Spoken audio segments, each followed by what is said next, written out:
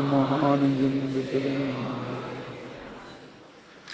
कल जो अपन ने गाथाएँ चलाई थी 266 267 समय सार बंधाधिकार की, और उनकी आज टीका पढ़ते हैं।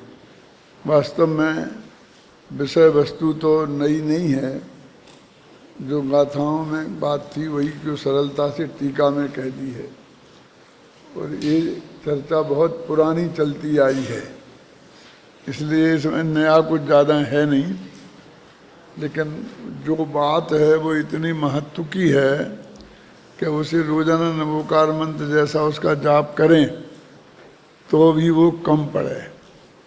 टीका पढ़ते हैं। मैं परजीवों को दुखी करता हूँ, सुखी करता हूँ इत्यादि तथा बांधता हूँ, छुड़ाता हूँ इत्यादि जो अध्यवसान हैं, वो देखो मारता और जलाता ये दोनों छोड़ दिए।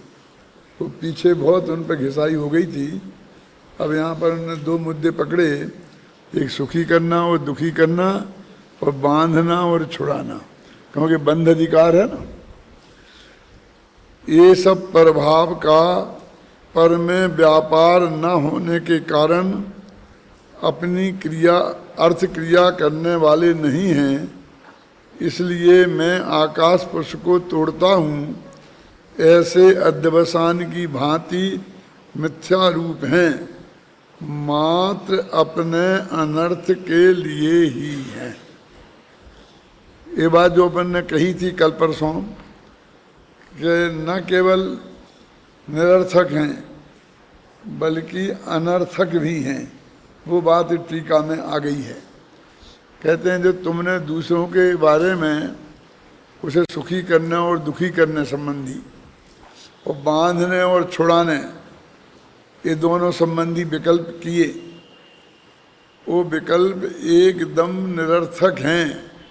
कैसे निरर्थक हैं कि मैं आकाश के फूल तोड़ता हूँ, जैसे ये निरर्थक है ऐसे ही निरर्थक है, मतलब उनकी जीरो माइनस भी कीमत नहीं है,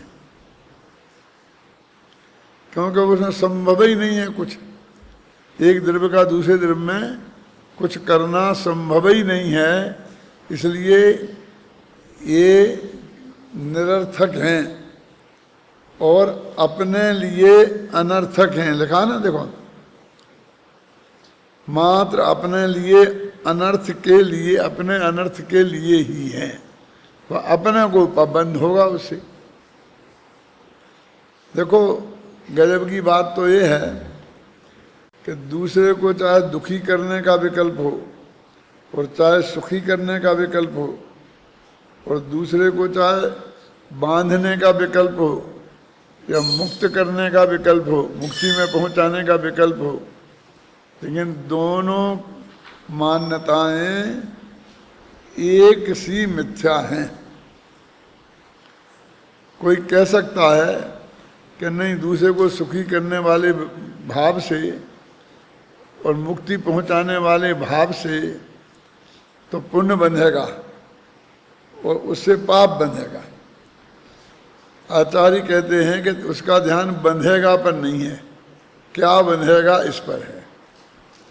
और दूसरा पॉइंट ये है कि उन दोनों में मिथ्यात्व नामक दोष बराबर एक सा है।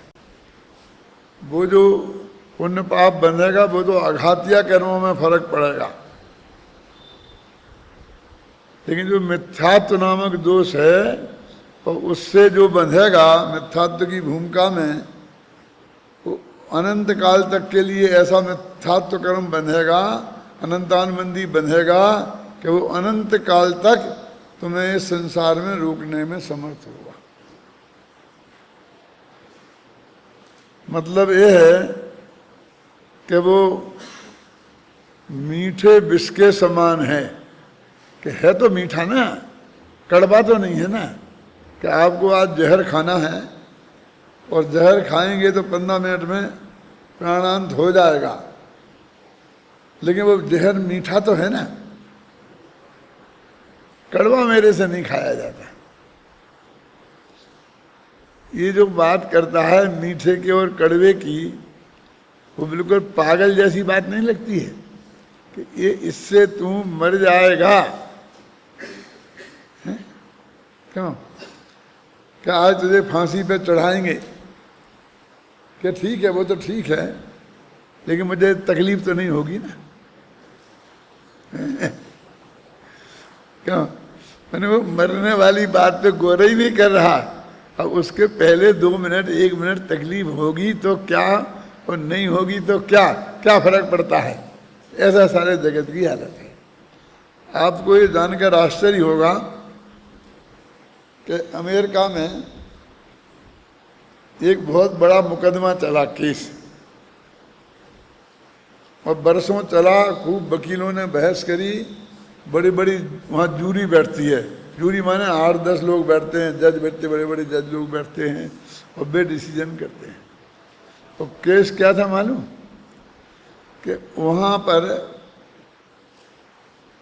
जो गायें कसाई खाने में कटने के लिए जाती हैं, उनको डॉक्टर जांच करके कि कोई बीमारी इन्हें नहीं है, और उनके माथे पर एक ऐसे वो गरम करते हैं लोहा गोल गोल, और उसको ऐसा दाग देते हैं, जिससे ये सिद्ध हो जाए कि डॉक्टर ने इसकी जांच कर ली और अब ये काटने के लायक है। एक दफे वहाँ क्या हुआ कि दूध बहुत ज़्यादा पैदा होने लग गया।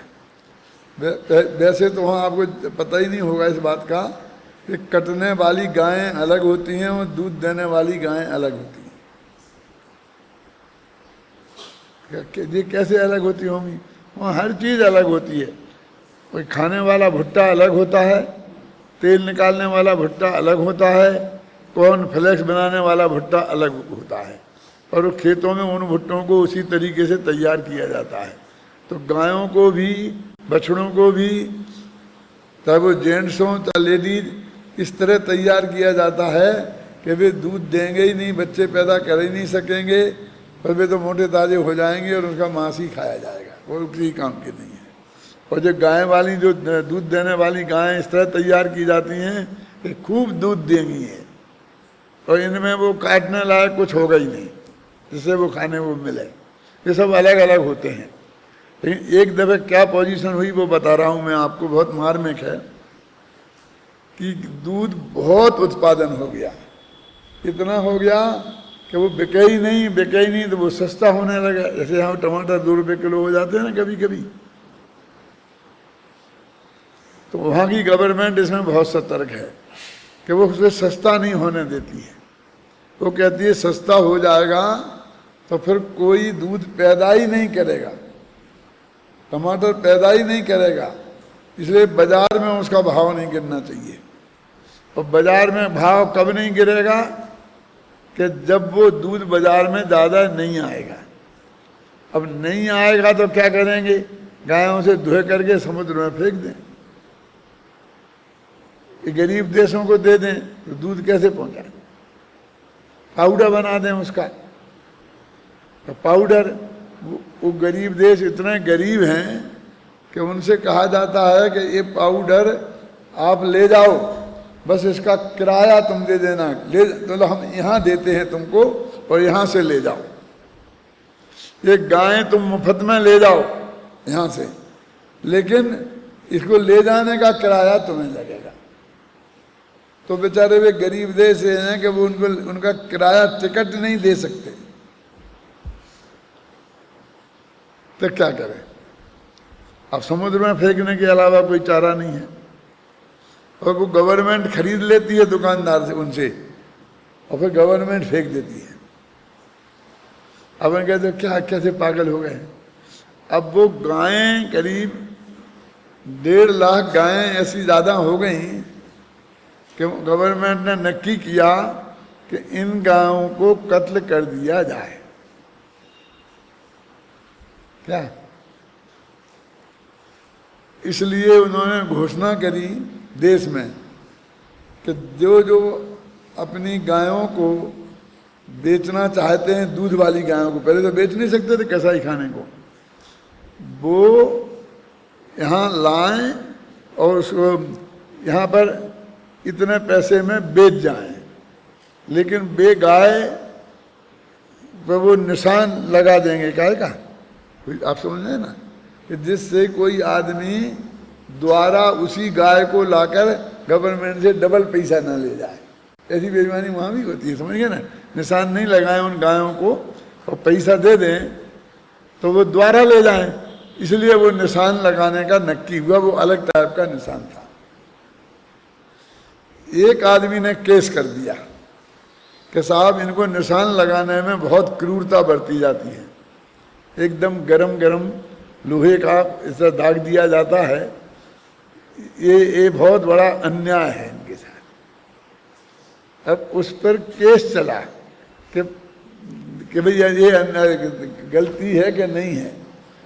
अब वो गाय कटने जाना है, वो कटने जाने में किसी को दया नहीं है, कोई केस नहीं करता है, कोई कुछ नहीं कहता है, लेकिन वो क्रूरता सिद्ध हो गई और उस आदमी पे जुर्माना हुआ, जेल हुई कि तुम ऐसी क्रूरता इन पशुओं पे नहीं बरत सकते। समझे ना। लेकिन वो कटने जाएगी इसकी उसको कोई नहीं पूछता, वो तो हमारी प्रक्रिया है, वो तो भोजन है, वो तो होना ही है। लेकिन इसका मतलब ये थोड़ी है वो कहते हम लोग पूरा ध्यान रखते हैं कि इन्हें कम से कम तकलीफ हो, इसलिए इन्हें फटाफट गरम गरम पानी से धोकर एकदम तेजी से नहाकर और एकदम 5 मिनट में कट कर देते हैं। ऐसा नहीं कि 2 घंटे लगाए और धीरे धीरे मरे, वो बिल्कुल तकलीफ नहीं देते हैं। और वही अमेरिकन लोगों की समझ में आती है ये बात, नहीं निर्दयता नहीं होनी चाहिए, निर्दयता अच्छी चीज नहीं है। उन्हें उसे मारकर खाने में निर्दयता नहीं दिखती है, और उनको एक डंडा मार दो तो वो निर्दयता दिखती है। ये निर्दयता तुम पशुओं के साथ नहीं कर सकते हो, ऐसा गले से नहीं बांध सकते हो, ऐसा नहीं कर सकते हो, ये नहीं कर सकते हो।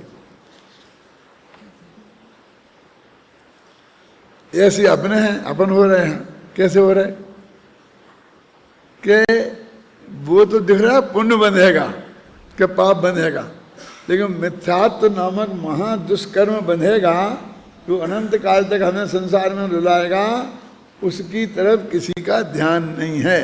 ये समझो कि 1 किलो मिथ्यात्व बंधेगा और 100 ग्राम पाप बन जाएगा कि पाप की जगह पुण्य बन जाएगा। वो पाप भी कौन सा मालूम, कोई अघातिया कर्म वाला पाप, समझ उसकी कोई कीमत ही नहीं है। ऐसा आदमी है लाखों रुपया वो लेन देन की बात है, उन पे तो बात नहीं करता है, और उसके ऊपर जो पैसे होते हैं ना 50 पैसे के 55 पैसे, वो 50 पैसे वो 55 पैसे पे लड़ मरता है। क्यों? इतना अंतर है उसमें। वो पढ़ा तो देखो कहाँ पढ़े गया बना वो पेज, हाँ, अपने अनर्थ के लिए है। यदि कोई यह कहे कि अध्यवसान अपनी क्रिया करने में अकार्यकारी हैं, इसका आधार क्या है? कोई पूछे कि भाई ये बेकार हैं, कैसे बेकार हैं, तुम कैसे कहते हो कि बेकार हैं? तो उससे कहते हैं कि मैं बांधता हूं या छुड़ाता हूं। ऐसे अध्यवसान की अपनी अर्थक्रिया जीवों का बंधना और छोड़ना है। तुमने कहा मैं बांधता हूं कि मैं छोड़ता हूं, तो सामने वाले को बंधना चाहिए ना कि छूटना चाहिए? अर्थक्रिया क्या है? इस विकल्प की अर्थक्रिया क्या है? तो उसे बंधना चाहिए कि छूटना चाहिए। किंतु वह जीव तो हमारे इस अध्यवसाय का सद्भाव होने पर भी स्वयं के सराग परिणाम के अभाव में नहीं बनता है। उसके सराग परिणाम नहीं है, हम चाहते हैं बांधें, वो बनता नहीं है। और स्वयं के वीतराग परिणाम के अभाव में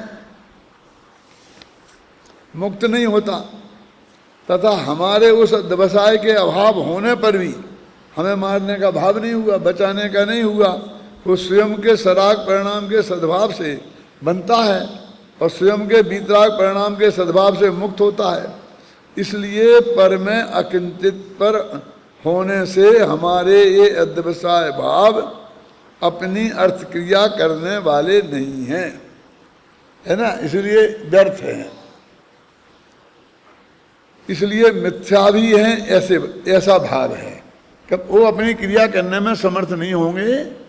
वो सीधा है, अपने यहाँ बहुत शब्दों में कहा है, कौआ के कोसों ढोर नहीं मरते, ये कहावत है कि नहीं है, सब जगह मिलेगी। गुजरात में जाओ तो गुजराती में, मराठी में कहीं नहीं होगा, भाषा बदल जाएगी लेकिन भाव है। तो क्या अर्थ है कौआ के कोसने से ढोर नहीं मरते? कि ये ऊपर जो कौए हैं ना, ये जो मरे जो गाय भैंस वगैरह होते हैं तो ये उनका मांस खाते हैं, तो वे इनमें ऐसी ताकत तो है नहीं कि उनकी उतनी मोटी चमड़ी को वे काट के वो मांस खा सकें। तो वे जो ऐसे मर्म के बिंदु हैं, आँखें हैं, ये ऐसी जगह है ना कि जहाँ बिना कुछ तोड़े फोड़े और उनको कुछ खाने को मिल सकता है। तो सबसे पहले आँखों का खाएंगे, ये करेंगे, ये करेंगे, ये करेंगे। अब वे किसी जिंदा जानवर को मार नहीं सकते, और उसको जाएंगे तो वो जानवर उसे मार डालेगा। तो उन्हें तो है कि वो अपने आप मरें और जंगल में पड़े हों तो हम खाएं। तो वे कोसते माने ऐसी भावना भाते रहते हैं कि जल्दी से मर जाएं, ज़्यादा ढोर मर जाएं, थोड़ी महामारी पड़ जाए, थोड़ा ऐसा हो जाए। ये है कौआ का कोसना, माने उन्हें मरने, उनके मरने का विकल्प करना। तो कहते उनके कोसने से यदि वे ढोर मरते होते तो अभी तक एक ढोर नहीं बचता, क्योंकि कोसने वाले कौओं की कमी नहीं है।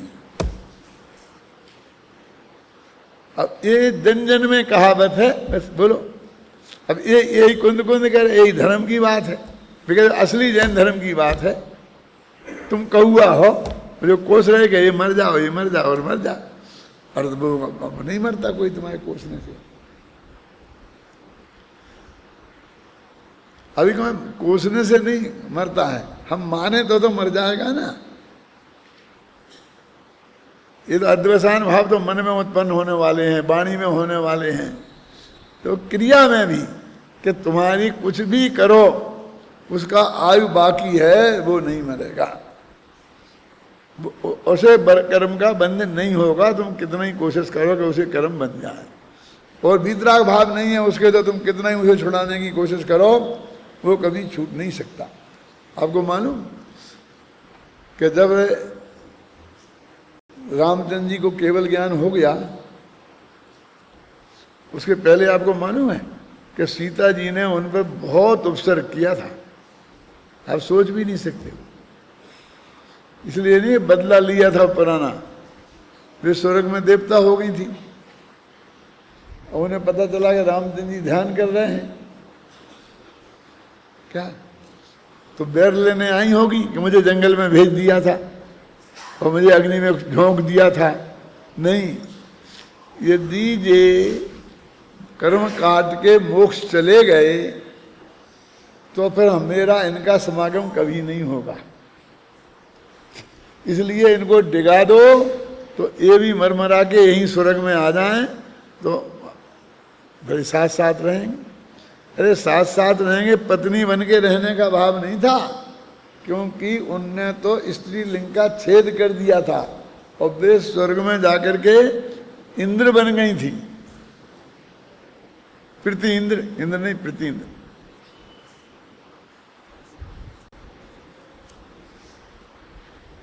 जब हम पढ़ते थे ना, तुमसे भी बहुत छोटे थे, तो हमें भी ऐसा प्रश्न करने का कभी कभी मौका मिलता था। तो हमारे उसमें एक चर्चा का प्रसंग बना, अभी तुम लोगों के ऐसे प्रश्न कभी आते कि नहीं आते मैंने सुना ही नहीं है, कि सीता जी मर करके जाकर के 16वें स्वर्ग में इंद्र हो गए। तो वहाँ प्रश्न आया कि ये तो राजा मधु का जीव मर करके 16वें स्वर्ग में इंद्र हुआ था, और उसे तो अभी ज़्यादा दिन हुए ही नहीं 22 सागर, तो ये सीता का जीव उसी पोस्ट पर जाके दोबारा इंद्र कैसे हो गया? ज़्यादा ज़्यादा आपको तो अपने वो पीछे बैठते थे, छत थी पीछे, उस पर करते थे, तो ये प्रश्न आया था। ऐसा हाँ कैसा तो नहीं हो सकता, ऐसा तो नहीं हो सकता। तो हम अपने गुरु जी के पास गए, ऐसा ऐसा आया है कि वो जब वहाँ का जीव, तो उनने कहा ध्यान से पढ़ो। अरे भाई मधु का जीव हुआ था इंद्र और सीता का जीव हुआ था प्रतीन्द्र। देखना जाके ध्यान से। तो हमको 11 वर्ष की उम्र का याद है कि वो इंद्र नहीं हुआ था, प्रतीन्द्र हुआ था। हैं? आपको पता था कुछ? हैं? और ऐसा प्रश्न खड़ा होता है कि वहां तो सीट खाली ही नहीं भाई, ये जा कैसे सकता है? हैं? इतना कोई को ध्यान ही नहीं होता है। जब वो मधु की कहानी पढ़ते हैं तो उसकी पढ़ लेते हैं, जब सीता की पढ़ते हैं तो इनकी पढ़ लेते हैं, और चाहे जो कुछ हुई हो कोई को पता ही नहीं करता है, ख्याल में ही नहीं आता है ना। यहाँ तो ये कह रहे हैं ये कितना व्यवस्थित क्रम है। ये काय के लिए दिया था ये उदाहरण मैंने, कुछ है अंदाजा? हैं?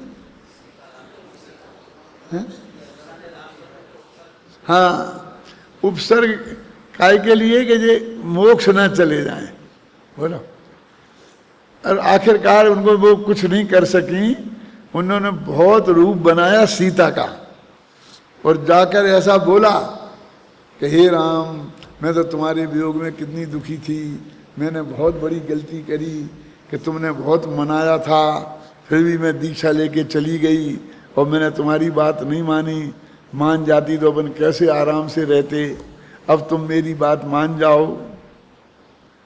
तो सीता बन के गई, ये लिखा है सब बोलो, जबकि वो तो पुरुष हो गई थी और उसको वो कोई पत्नी बन के रहने का भाव नहीं था, पर एक साथ दोस्त बन के रहेंगे, पर ऐसा भाव था, और उन्हें केवल ज्ञान हो गया, वे डिगे नहीं। तो फिर सीता ने पूछा रावण कहाँ है? लक्ष्मण कहाँ है? देखो पहले रावण का नाम लिया, रावण से कितना देश हो गया सीता को, 6-6 महीने तक कितना परेशान किया, और उसकी वजह से बाद में द्वारा वनवास भी उसी की वजह से मिला था ना, लेकिन उन्हें देश नहीं हुआ, बहुत तीव्र राग हुआ रावण लक्ष्मण से ज्यादा रावण को।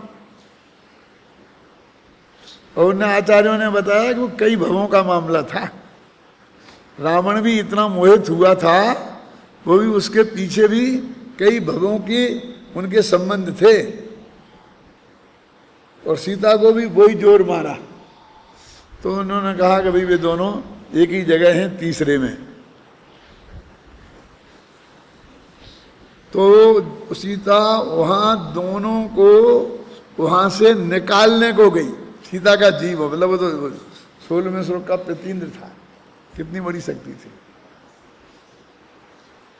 और वहां से जाकर उन्हें बहुत समझाया, उन्हें निकाल कर लाने की बहुत कोशिश की, लेकिन वो वहीं के वहीं गिर जाते थे, आते नहीं थे। आखिरकार परेशान होकर लौट के फिर आए, और फिर रामचंद्र जी से पूछा कि मैंने बहुत कोशिश की लेकिन वो आई नहीं। तो उन्होंने कहा भाई ऐसा नहीं हो सकता, कोई किसी को सुखी दुखी नहीं कर सकता है।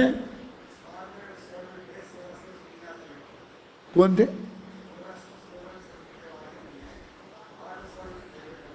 कौन कौन? सीता जी? नहीं, फिर बात फिर अकेले में बताना मुझे, सुना नहीं अच्छी तरह से। लेकिन बाहर में सीता तो 16वें में थी, वो बाहर में तो दूसरे की कोई कहानी होगी, है ना। तो मैं तो ये कहना चाहता हूँ, एक द्रव्य दूसरे द्रव्य का कुछ नहीं कर सकता, दूसरे को सुखी नहीं कर सकता, दुखी नहीं कर सकता। ये सब बात अपने प्रथमान योग में भी आई ना, कहाँ नहीं आई, कौआ के क्वेश्चन ढूंढ नहीं मरते हैं, ये कहावतों में आई, वहाँ प्रथमानी योग में आई है। वो उनको वीतराग भाव था राम को, तो सीता उनको ठिकाना के राग भाव कराना चाहती तो नहीं कर सकी। तो ये सब कोई किसी का नहीं कर सकने के लाखों उदाहरण हैं, इसलिए अपन ने उदाहरण दिए है ना। अब इसके निष्कर्ष में हो गया ना, टीका पूरी हो गई थी ना।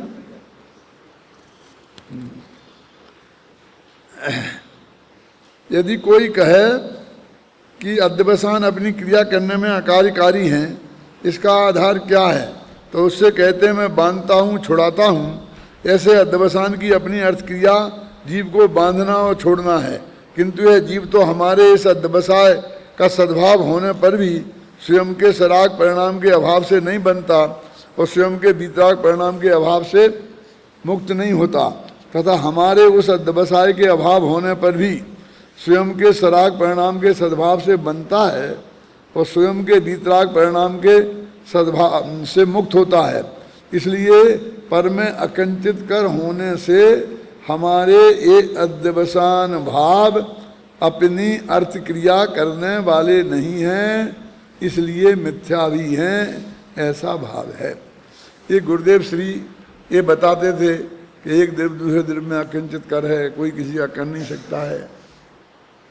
ये सब भाव अकिंचित कर हैं मुक्ति के मार्ग में, यानी कुछ भी सहयोग करने वाले नहीं हैं। तो इतना गुस्सा आया एक आचार्य महाराज को कि उन्होंने नई रिसर्च करी कि तुम मिथ्यात्व को बंध का कारण कह रहे हो और पुण्य को मोक्ष का कारण नहीं कह रहे हो। हम कहते हैं कि विथ्वात भी बंद करने में अकिंचित कर है। आप समझे ना, बहुत विद्वानों ने, फूलचंद सिद्धांत शास्त्री, जगन मोहन लाल जी, कैलाश चंद जी, सब ने बहुत समझाया।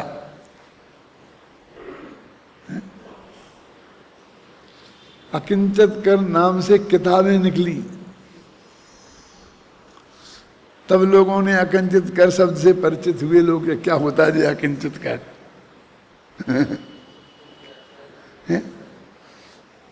और तर्क क्या है, बहुत देखो मार्मिक तर्क देखो। तत्वा सूत्र में लिखा है कसायात्वात् बंद, क्या लिखा, कसायत्वात्, ऐसा कुछ आता क्या नहीं आता। और गोमरसार में लिखा है योगा पयड़ी प्रदेशा स्थिति अनुभागा कसाय दो होंती। योग से प्रकृति प्रदेश बंद होते हैं और स्थिति अनुभाग बंद कसाय से होते हैं। कहाँ लिखा मिथ्यात्व से बंद होता है? लेकिन ये लिखा ना बंद के कारण 5 है, मिथ्यात्व, वृद्धि, प्रमाद, कसाय और योग। अरे वो तो अलग, वो तो अलग बात है।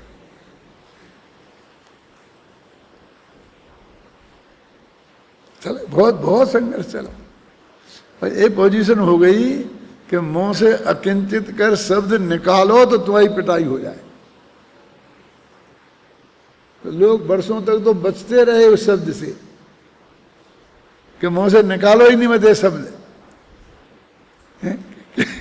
क्या है यहां कह रहे कि एक द्रव्य दूसरे द्रव्य में कुछ भी करने में समर्थ नहीं है, इसलिए वो अकिंचित कर है। अब वहां जो लिखा ना योगा पैड़ी प्रदेशा और ठिदी अनुभागा कसाय दो होंदी, वो कसाय दो का अर्थ अकेला कसाय नहीं है, तो क्या है, कसायांत। कसाय है अंत में जिसके, क्यों 5 है ना, मिथ्यात्व, अवृत्ति, प्रमाद, कसाय और योग। तो योग से बताया स्थिति अनुभाग प्रकृति और प्रदेश, और बाकी 4 से कसायांत। कसाय है अंत में जिसके, जैसे मिथ्यात्व, अवृत्ति, प्रमाद और कसाय, इन 4 से स्थिति और अनुभाग बंद होता है, ये अर्थ है उसका। लेकिन उसमें तो कसाय दो लिखा। अब देखो देखो साहब, देखो कितना क्लियर लिखा, कितना क्लियर लिखा। अब ये अर्थ बता रहा हूं, ये तो कोई समझना चाहे तो समझे, जो लड़ना चाहे वो तो समझ नहीं सकता कि उसका ये अर्थ है। ऐसे तत्वा सूत्र के कई सूत्र हैं कि जिनको बहुत गलत उपयोग हुआ है, और इसी वजह से मेरे को उस समय तत्वा सूत्र पर भी अनुशीलन लिखने का भाव है। उन 10-5 सूत्रों पे ही लिखने का भाव है, लेकिन अकेले लिखूंगा तो फिर वो झगड़ा पड़ेगा। इसलिए पूरे पे ही लिखो तो बीच में भी अपने आप आ जाएंगे। जिन्हें समझना होगा समझेगा, नहीं समझना होगा नहीं समझेगा।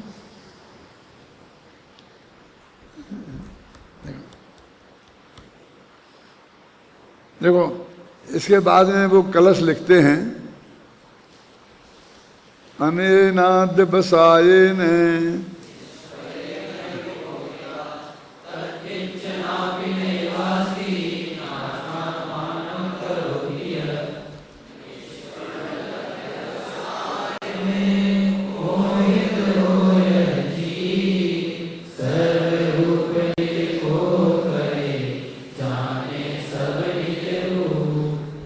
ये मैंने समय सार अनुशीलन में ये जो अपनी गाथाएं चल पड़ी ना ये टीका, उस पे सब का लिखा है। जयचंद छाबड़ा का, जयसेन का, गुरुदेव श्री का, बनारसी दास का, लेकिन सब बिल्कुल एक सा ही है, तो व्यर्थ में रिपीटिशन नहीं हो इसलिए मैंने वो छोड़ दिया है।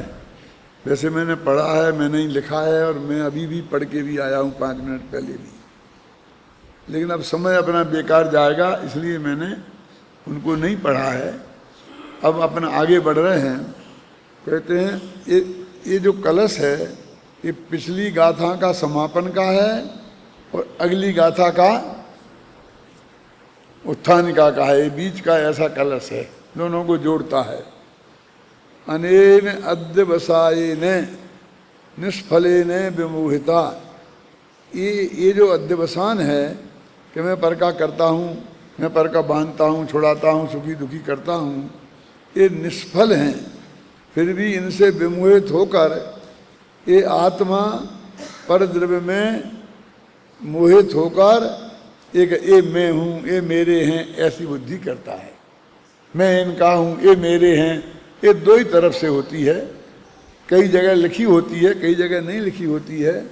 जैसे कि 19वीं गाथा अपन पढ़ते हैं ना, तो उसमें कम्मे नो कम्मी अहमद में कम लिखा ना क्लियर, ये मेरे हैं और मैं इनका हूँ। फिर 3 गाथाएं हैं उनमें भी ऐसा लिखा, और कई जगह नहीं लिखा होगा, लेकिन अर्थ ऐसा ही है।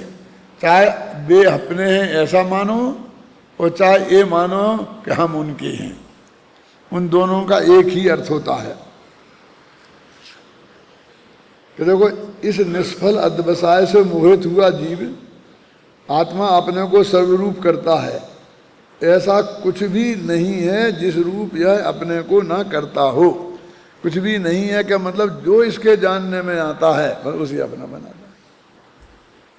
छोटे बच्चों की प्रवृत्ति आपने देखी होगी ना, जब 2 महीना 2 महीने 3 महीने के होते हैं, है ना, कि कोई भी चीज़ होगी इस पर हाथ मारेंगे, थोड़ी बैठने लगते हैं, थोड़े थोड़े फिर तो अपने आप घिसटने लगते हैं। तो जो चीज़ देखे उसे पकड़ेंगे, जो चीज़। अरे वो तो 1 महीने का होता है तब वो झुंझुना दिखाओ तो फटाफट पकड़ता है। एक तो उसे पकड़ने की, जो चीज़ मिले उसे पकड़ने की, और फिर उसे खाने की।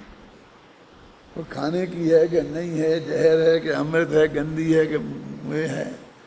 गुरुदेव तो ऐसा गंदा उदाहरण देते थे क्या कि वो मल पड़ा हो ना, उस पर भी हाथ मार के फटाते, ऐसा उदाहरण देते थे गुरुदेव।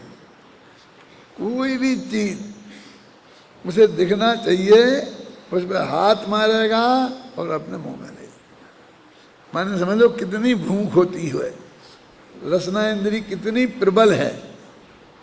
फिर धीरे धीरे हमारी 5 इंद्रियां प्रबल हो जाती हैं तो रसना से थोड़ा उपयोग घट जाता है और 5 इंद्रियों में बढ़ जाता है ना वो। और फिर जब बुढ़ापा आता है और जब सारी इंद्रियां फिर जब थक जाती हैं तो फिर वही हालत होती है, जो मिले तो खाऊं, जो मिले तो खाऊं, जो मिले तो खाऊं। डॉक्टर लोग कहते कि नहीं इनको ये मत देना, ये मत देना, वो कहते मैं सब खाऊंगा। फिर दस्त लगते हैं, उल्टी होती है, वोमिटिंग होती है। ये गांव में आप देखो वृद्धों की हालत है, कोई बचपन की बात, क्योंकि फिर जाकर किसी माँ के पेट में जाना है और फिर वहां वही हालत होनी है। अब ये बच्चों की नहीं है, ये सबकी हालत वही है। अब जरा ये बड़े समझदार हो गए तो थोड़ी सी शर्म आने लग गई, इसलिए हापड़ा नहीं मारते हैं। लेकिन भाव तो वैसे ही तीव्रता का बना हुआ है, भाव तो हापड़ा ही मारने का बना हुआ है। ख्याल में आई ना कि जो इसके ज्ञान का ज्ञेय बनता है बस वो अपना, उससे अब अपना नहीं साहब ऐसा थोड़ी मानते, कुछ को अपना अपना मानते, कुछ को नहीं मानते। हाँ, कुछ को अपना मित्र मानते हो, कुछ को शत्रु, लेकिन मानते तो अपना ही हो ना, फिर शत्रु भी तो अपने ही है ना है ना। मतलब उन जो भी दिखाई देता है, ऐसा लिखा नीचे, ऐसा क्या है इस जगत में कि जिसमें यह आत्मा अपनापन नहीं करता। ये उत्थान का तो जो अगली गाथाएं हैं, कौन सी गाथा है अगली, ये जो पेज नंबर इसके 386 पे है, 268 और 69, उसके पहले ये 5 गाथाएं जयसेनाचार्य की टीका में आई हैं जो अमरचंद्राचार्य की टीका में नहीं है।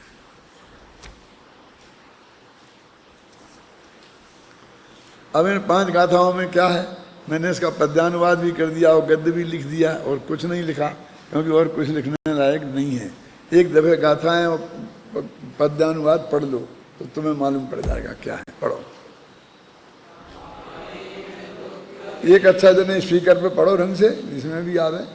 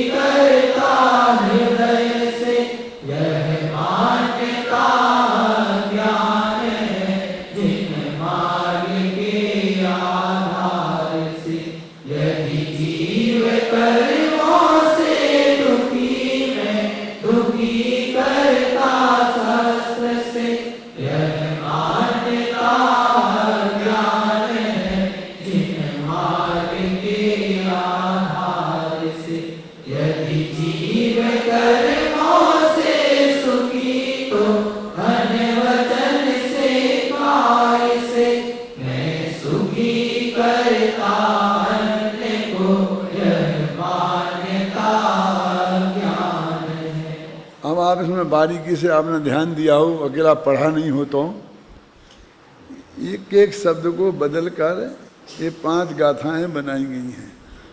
देखो, पहली गाथा में सबसे पहला है कायेण, दूसरी में है बाचाए, तीसरी गाथा में है मनसाए, चौथी गाथा में है शस्त्रेण। ये 4 गाथाएं बिल्कुल एक सी हैं और बाकी के सारा अक्षर एक से हैं। देखो, अगले इनको ये बदले हैं 4 और बाकी बिल्कुल। देखो आप ध्यान से, तो सब एक सी हैं, बस अकेला एक एक शब्द बदला है। एक का अर्थ समझ जाओगे तो चारों का समझ में आ जाएगा। ये कहते हैं मैं काया से दूसरे को दुखी करता हूँ, ऐसा कोई मानता है तो वो अज्ञानी है, क्योंकि जीव तो कर्मों से दुखी है।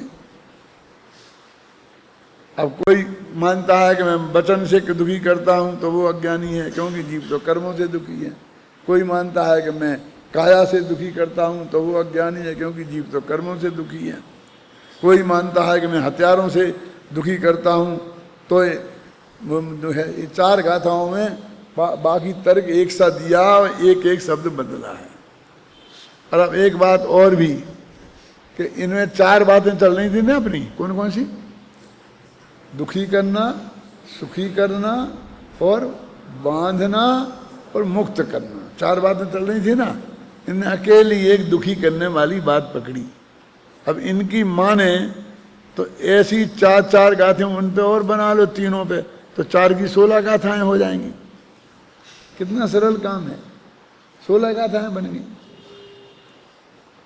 5वीं गाथा में क्या है, उसी को उन्होंने समराइज कर दिया है। क्या कि जीव मन वचन काय से दुखी करता है, ऐसे है मैं मानता हूँ। ये बस 5 गाथा। अब ये पिछले जो कहा गया है और आगे जो कहा जाने वाला है वो ही विषय वस्तु है। और बीच में ये इन्होंने पाठ में आने वाली ऐसी गाथाएं रख दी, ये कोई नई विषय वस्तु नहीं हटती है। मतलब इन्होंने तो कलश लिखा तो उन गाथाओं की उत्थानका के लिए लिखा। ये बीच में से बिल्कुल अलग कर दो तो ऐसा नहीं पता पड़ेगा कि कहीं कुछ कमी रह गई, कि कुछ छूट गया। और ऐसा कोई नया प्रमेय भी नहीं कहा कि इसमें क्या साहब आपने अब ये 5 दफे अर्थ लिखने में ही लगा के इकट्ठा ही लिख दो ना, इकट्ठा ही लिखा जा सकता है। कैसे लिखेंगे इकट्ठा? कोई जीव सोचे कि मैंने काया से दुखी किया, वचन से दुखी किया, मन से दुखी किया, हथियार से दुखी किया, तो यह उसकी मान्यता गलत है, क्योंकि जीव अपने कर्म की वजह से दुखी होते हैं। एक बात मैंने हो गया सबका अर्थ। और इन्हें 5वीं गाथा में वो कर भी दिया। अब ये 5 का हमने अलग अलग अर्थ लिख दिया, इसमें ही हमें भारी पड़ रहा है कि क्यों इतनी जगह खराब करी, क्यों इसे अर्थ कर दिया। अब उक्त गाथाओं में आचार्य देव ने सब कुछ मिलाकर एक ही बात कही है कि यदि जीव अपने कर्मोदय से सुखी दुखी होते हैं तो फिर है तेरी यह मान्यता कि मैंने मन से, वचन से, काय से, शस्त्रों से किसी को सुखी दुखी किया है, तो यह बात पूर्णतः असत्य ही है। पर इतनी सी बात इन्होंने 4-5 गाथाओं में कही है। अब इन पर व्याख्यान करने को कुछ नहीं है, क्यों? यही तो व्याख्यान करते आ रहे हैं। और अभी अगली गाथा में भी यही करना है। ये तो अध्यात्म ये ऐसी चीज है कि इसमें रिपीटिशन को दोष नहीं माना जाता। क्या? क्योंकि हमको करना क्या है? सिद्धांत तो मोटे मोटे बहुत नर्म ऐसे हैं कि एक पेज में पूरे लिख दो, बस खत्म। एक द्रव्य का दूसरा द्रव्य करता नहीं है, कोई किसी का भला बुरा नहीं कर सकता है, कोई किसी को मार दिला नहीं सकता है, सब कुछ सुनिश्चित है, उसे कोई बदला नहीं जा सकता है। जो कुछ होगा अपने से होगा, निमित्त से कुछ होने वाला नहीं है ना। और ये जो परम सत्य बात है, ये निश्चय की बात है। और जो बातें कही गई हैं वो सब व्यवहार है। पूरा जैन दर्शन आ गया। मेरे ख्याल से एक प्यारा पर्याप्त है, बस खत्म। अब क्या करना है शांतिलाल जी? जिंदगी भर से लटना है और क्या करना है? अलग अलग तरीके से, अलग अलग उदाहरणों से, अलग अलग तर्कों से किसी बात को सिद्ध करना है, बताना है, और इसका हमें विचार करना है। क्योंकि करने लायक तो सिर्फ यही है। ये सिद्धांत अब हम समझ लें और अपना त्रिकाली ध्रुव भगवान आत्मा को समझ लें। इन सिद्धांतों को समझने से हमारे को आत्मा में जाने की फुर्सत मिलेगी। क्योंकि सब कुछ नक्की है, तो हमें उसमें से कुछ करना ही नहीं है, पर से कुछ होने ही वाला नहीं है, तो सब अपने ही भरोसे काम है। और अपने में भी करना कुछ नहीं है, करने का बोझा नहीं है। जो कुछ होना है वो तो होना है। क्यों? किसी आदमी ने कहा कि कोई आदमी आकर तुम्हारी छाती पे बंदूक रख दे और वो कहे बोल, मैं अब भी आज चाहूं तो 1 सेकंड में तेरी गोली बटन दबाऊंगा, तुम मर सकता है। ऐसी परिस्थिति में कोई पूछे तुम क्या करोगी, तो क्या कहेगा कि मुझे क्या करना है, जो कुछ करना है उसे करना है।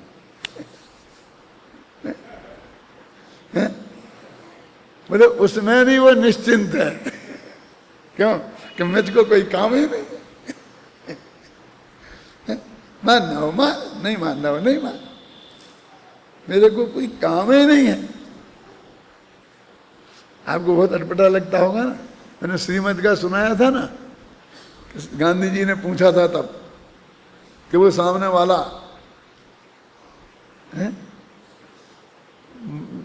ने मेरी छाती पे बंदूक लगा दी है और मैंने उसकी छाती पे लगा दी है। यदि 1 सेकंड का फर्क पड़ेगा, यदि वो पहले चला देगा तो मैं मर जाऊंगा, वो बच जाएगा, और मैंने पहले चला दी तो वो मर जाएगा, मैं बच जाऊंगा। बोलो क्या करना? और सार्व कर लो कि एक सांप है, अब वो मुझे डसने को तैयार है और मेरे हाथ में बंदूक है और मैं ऐसी उसकी छाती पे लगाए हूँ, 1 सेकंड में मैंने दबा के वो मर गया तो मैं बच जाऊंगा, और यदि वो नहीं मरा तो 1 सेकंड में फिर मुझे डस लेगा तो मैं मर जाऊंगा। बोलो क्या करें? श्रीमद ने क्या जवाब दिया था? पहले चुप रहे, 10 दफे पूछा, तब कहा कि मैं तुमसे ये नहीं कह सकता हूं कि तुम गोली चलाकर अनंत भव अपने बिगाड़ो। क्या मतलब? वो मुझे अरे मार जाएगा तो क्या है, कितना 65 वर्ष के हो गए ना बुढ़े, मूल तो जी लिया, अब ब्याज का बचा है, 2-5 साल पहले से, क्या फर्क पड़ता है? यदि तुम उसे मारोगे तो इतना पाप बन जाएगा, नरक में 4 गति 84 लाख योनियों में न मालूम कब तक भटकोगी। मैं उस पर दया करके ये बात तुमसे नहीं कह रहा हूं, मैं तुम पर दया करके ये बात तुमसे कह रहा हूं। समझ में आई ना? नक्की हो गया, होना तो कुछ है नहीं, अपने में भी कुछ करना नहीं है, होना है, उसको ही करना कहते हैं। कहीं लिखा हो तो चिंता मत करना, जो होना है उसको उसी रूप तुम परिणमित हो गए, उसी को करना कहते हैं। पर अपना आत्मा एक त्रिकाली ध्रुव है, वो ही तू है, और बाकी पर में आ गए। तो देह पर में आ गई तब शरीर का कुछ नहीं करना, राग पर में आ गया तो राग में कुछ नहीं करना, निर्मल पर्याय भी पर में आ गई तो उसमें भी कुछ नहीं करना। तो त्रिकाली ध्रुव रह गया ना अकेला अपना, तो उसमें क्या करें? तो उसमें कुछ होना ही नहीं है। तू तो कर्तव्य के बोझा से पूरी तरह उतर जा, और बाकी जो कुछ होगा वो अच्छा ही होगा। जैसे हिंदू धर्म में कहते हैं कि भगवान पे छोड़ दे, भगवान जो कुछ करेगा वो तेरे भले के लिए करेगा और अच्छा ही करेगा। ऐसा वहाँ तो वो धोखाधड़ी है, समझ में आई ना? यहाँ तो बिल्कुल क्लियर बात है, इतना धर्म है, अब सारी जिंदगी क्या करना है? इसको ही घोकना है, इसको ही समझना है, इसको ही समझाना है, इसमें ही दमना है। देखो आ गया ना, अपन कहाँ पढ़ रहे थे जे? अरे गाथाएं, समय तो होने वाला है, 2-1 मिनट रह गए, गाथाएं पढ़ लें। कौन सी? 268-69। हाँ पढ़ो।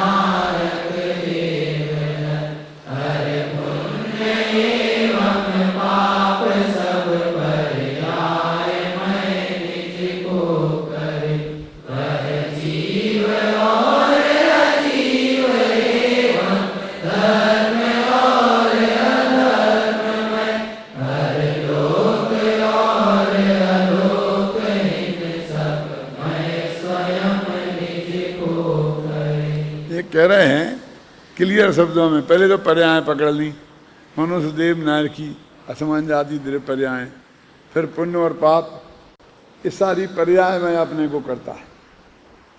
और फिर द्रव्य पकड़ लिए, जीव अजीव, धर्म अधर्म और लोक अलोक, ये द्रव्यों को पकड़ लिया, फिर इनको अपना करता है। ये अध्यवसान भाव से, ये मैं हूँ, मैं इनको करूँ, मैं 50 तरह के अध्यवसान करता है। इन सब में ये मैं हूँ, मैं इनका स्वामी हूँ, मैं इनका करता हूँ, मैं इनका भोगता हूँ।